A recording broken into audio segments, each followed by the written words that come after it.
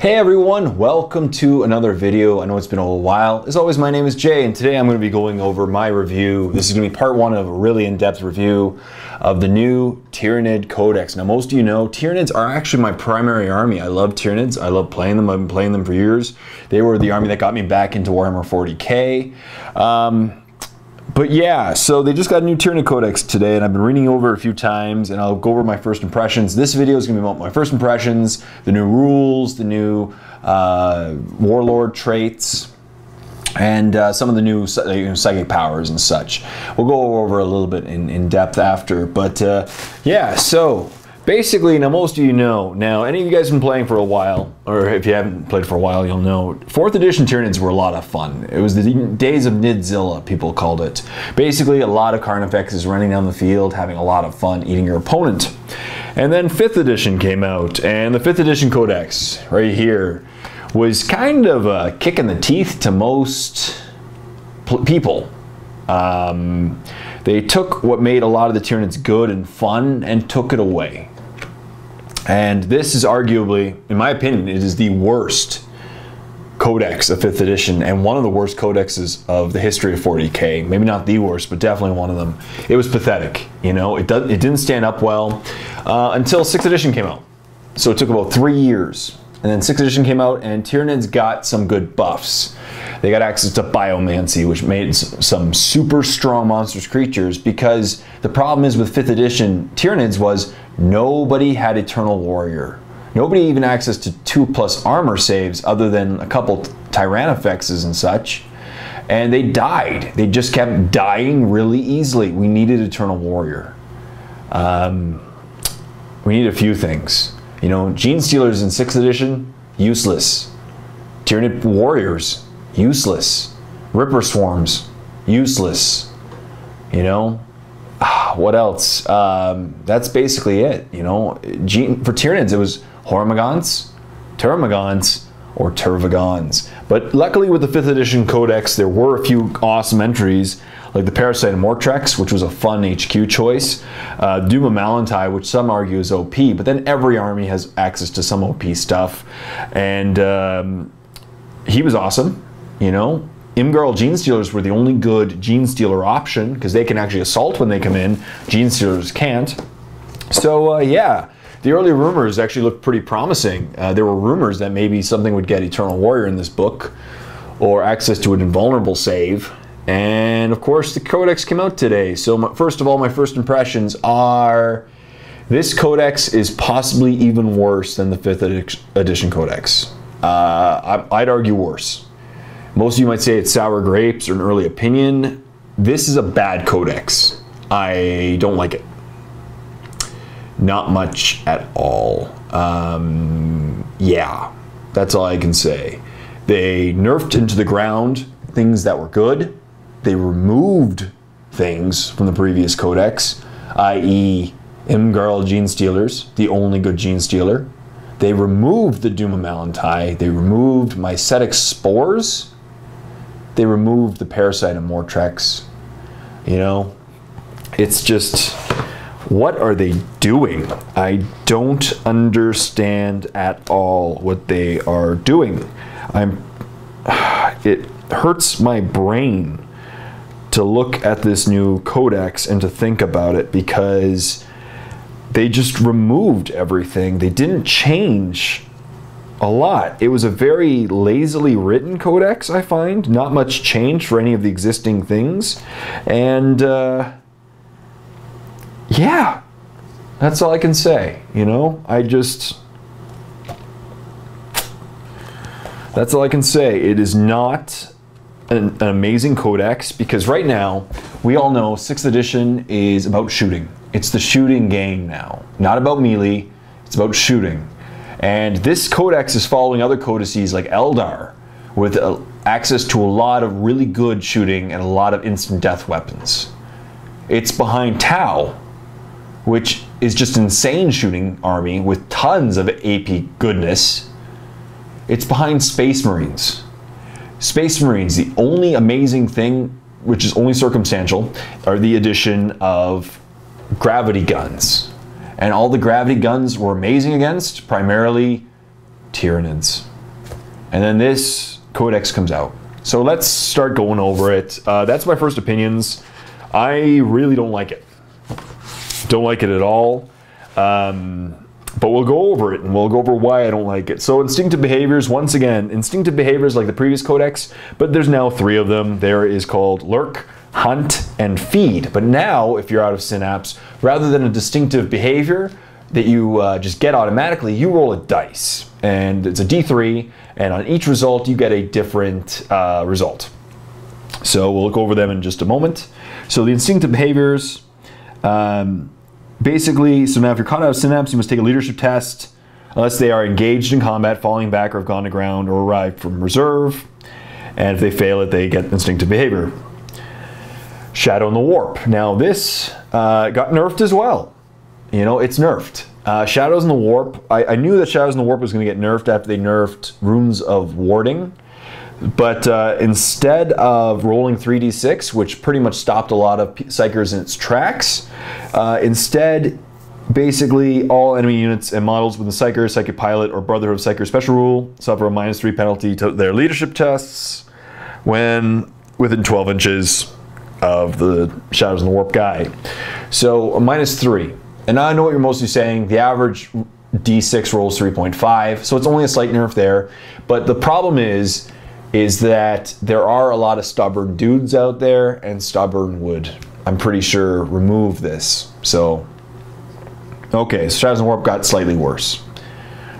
Synapse creature. Now, Synapse was rumored to be like 4th edition and bring back Eternal Warrior, maybe to those who are actually the Synapse creatures. Models of Synapse special rule have a Synapse range of 12 inches. Of course, there are a plethora of ways to increase the Synapse range. There are Warlord traits, there are war gear, there are psychic powers, all of which designed to increase your Synapse range to 18 inches. And Tyranid models within the Synapse range, including Synapse creatures themselves, have the Fearless special rule, yada yada yada, as always. If a unit falls back into a Synapse range, they automatically regroup. Cool. Now we'll get into the Warlord traits. Once again, nothing too amazing. Nature's Bane, beginning of each movement phase, you may select one forest, jungle, or wood terrain piece within 12 inches of your Warlord, and it becomes Carnivorous Jungle. Okay, on to 2, heightened senses. The Warlord and all friendly models from Codex Tyranids within 12 inches have night vision. Yay. Most of the range of fire power is 24 inches anyway. You're gonna have, basically this new Codex is designed to run 150 gaunts. So who really cares if they have their 12-inch gun night vision? You know, I don't think that's really going to come into effect. Synaptic Linchpin, once again, this is a Warlord trait. It increases your Synapse range to 18 inches. This is the one that the Swarmlord has, so rather than him having an increased Synapse range and getting a cool Warlord trait, he has to give up his Warlord trait to get that cool Synapse range. Number 4 is Mind Eater. Your army gains true victory points for each enemy model with the independent character special rule, slain by your Warlord in a challenge. Awesome if you have a Flyrant. No other Warlord will be really good in close combat, other than maybe Old One-Eye. Killing an independent character as a result of sweeping advance does not award these victory points. Number 5, Digestive Denial. After deployment, but before scout redeployments and infiltrate deployments, nominate one piece of terrain in your enemy deployment zone. He cannot be one that he purchased. The terrain piece cover is reduced by 1 for the duration of the game to a minimum of 6+. Note that piece of terrain is only affected by the ability once. And number 6, Adaptive Biology. If the Warlord suffers 1 or more unsaved wounds, it gains the Feel No Pain 5+ special rule at the beginning of its next movement phase and keeps it for the remainder of the game. That's pretty cool. That's the one good Warlord trait, other than maybe the +2 challenges. Not bad. 5+ Feel No Pain, that's good if they suffer a wound, but hopefully you're not up against an instant death weapon because that'll just eat you for breakfast. So now we're going to go over the instinctive behavior traits. So there's Lurk, 1 to 3, so you roll a dice, sorry, a 1 to 6. On a 1 to 3, survive, it's treated as having failed a morale test and must immediately fall back. Okay, so it's falling back now. That sucks. 4 to 5, seek cover. The unit is not slowed by difficult terrain, though its models must take dangerous terrains if normal. In the shooting phase, the unit can run, but it can only shoot if it is in a building or area terrain. Yay. It cannot charge in assault phase. And number 6, stock. This unit follows all the rules for seek cover above. In addition, the unit gains stealth. Yay. Then there's hunt. 1 to 3, burrow and hide. Immediately goes to ground. Units that contain at least one model with a fearless special rule, treat this result as prowl below. 4 to 5, prowl. In the shooting phase, the unit cannot run and must instead shoot at the closest enemy unit that is within range and line of sight, and at least one model of the Tyranid unit. If there is no viable option, the Tyranid unit can do nothing during the shooting phase. And number 6, destroy. In the following rule, follows all the rules of prowl, in addition against preferred enemy. So slightly better on 6. And finally, feed. 1 to 6, cannibalistic hunger. Immediately suffers a number of hits equal to the number of models in that unit. These hits are resolved using the unit's majority strength and AP.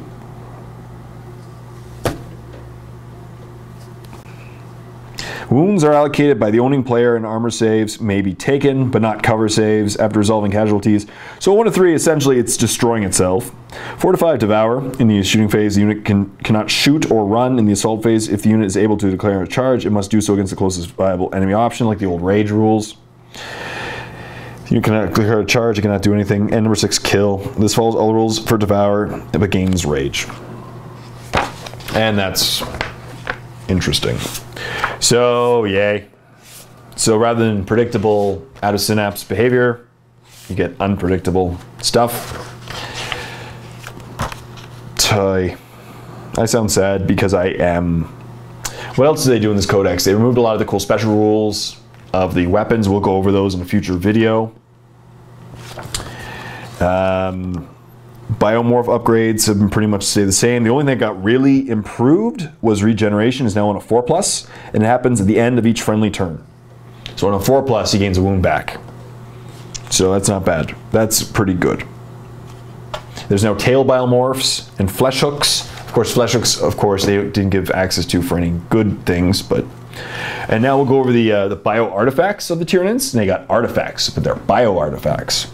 There's the Maw Claws of Thyrax, which is strength of user, AP 5, melee, assimilate, rending. Let me look up what assimilate means. Look it up after. Oh, assimilate, sorry. If this weapon's close combat cause an enemy model to be removed as casualty, the model equipped with the Thyrax gains preferred enemy for the rest of the game against the army. Norn Crown. Model Norn Crown adds 6 inches to synapse range. Again, another piece of war gear that adds +6 to synapse range. So I guess hypothetically you can get maybe a Swarm Lord. I don't know, they'll probably ban it, so he has no 24-inch range. The Miasma Cannon, which is a spit or a spray. Spit is 36-inch range, strength 1, AP 4, strength 1, assault 1, blast, poisoned 2+. All right, so at least it's poisoned. Or template for a spray, same thing, but it's poisoned. It's not a blast, There's the Imgarl factor, which is cool, because Imgarl Gene Stealers, you can now make Gene Stealers, I guess, Imgarls, if you want to bring this upgrade. But it's slashing, so basically at the start of every assault phase, you can choose a bonus. You can't choose the same one back-to-back turns. Slashing Claws, +1 strength. Tentacle Limbs, +1 attack, protective carapace, +1 armor, instead of +1 toughness. Not bad. Next is the Reaper of Obliterax. It is +1 strength, AP 3, melee, life drain, shred, swift strike, life drain to any wound, roll of a 6, causes instant death. That's cool. And swift strike, a model attacking with its weapon has +3 bonus to its initiative during the fight subphase. So I have to remember that for later to see who has access to it. So that might be cool on a probably a Carnifex is my guess, because then you can have a high strength, if you can give it to a Carnifex, we'll see. Probably not. And finally, we're going to go over the psychic powers, and I'm going to finish this video after that, because I'm going to go into a lot of depth over the things over the upcoming videos.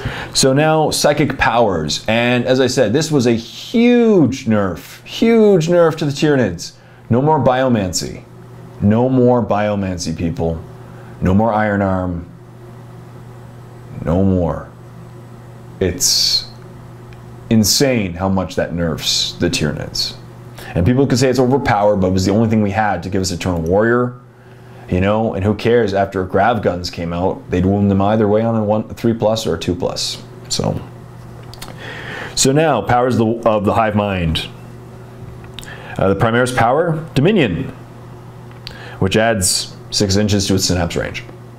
So there's a Warlord trait, a bio artifact, and the Primaris psychic power all add 6 inches to your psychic range. Wow. Number 1 is Catalyst. Catalyst is the same thing, feel no pain. Except now, Catalyst is a blessing that targets the Psyker's unit and up to 1 friendly unit. So you can make, Catalyst is slightly better in the sense that now you can make this Tervagon, feel no pain, and 1 other unit. That's cool, gives 2 units feel no pain. Okay. Number 2 is the Horror. It's a malediction, targets a single enemy unit within 24 inches. It must immediately take a pinning test, if it's not fearless, with a -2 modifier. Onslaught, same thing, 24-inch blessing. Target can both run and shoot. Number 4, Paroxysm. It's a malediction. It's the same, they're reduced by D3. Psychic Scream. It's a Nova power with a range of 6 inches. For each target unit, roll 2d6 plus 2 and subtract their leadership. So Psychic Scream is good. Psychic Scream is equal to the old Doom of Malantai. Yes. That's good. So 2d6 plus 2. But still, 2d6 plus 2, the average roll is 9. So every Space Marine, good shape. And the unit suffers a number of wounds equal to the result. Armor and cover saves cannot be taken, but involves and feel no pain could, I guess. And finally, Warp Blast, which is a Warp Charge 2. It is a Witchfire. It can be used neither as a burst or lance. Burst is strength 5, AP 3, 24-inch range, assault 1 blast, or lance 18-inch strength 10, AP 2, assault 1 lance. Cool. It's what the Zone Thropes will get.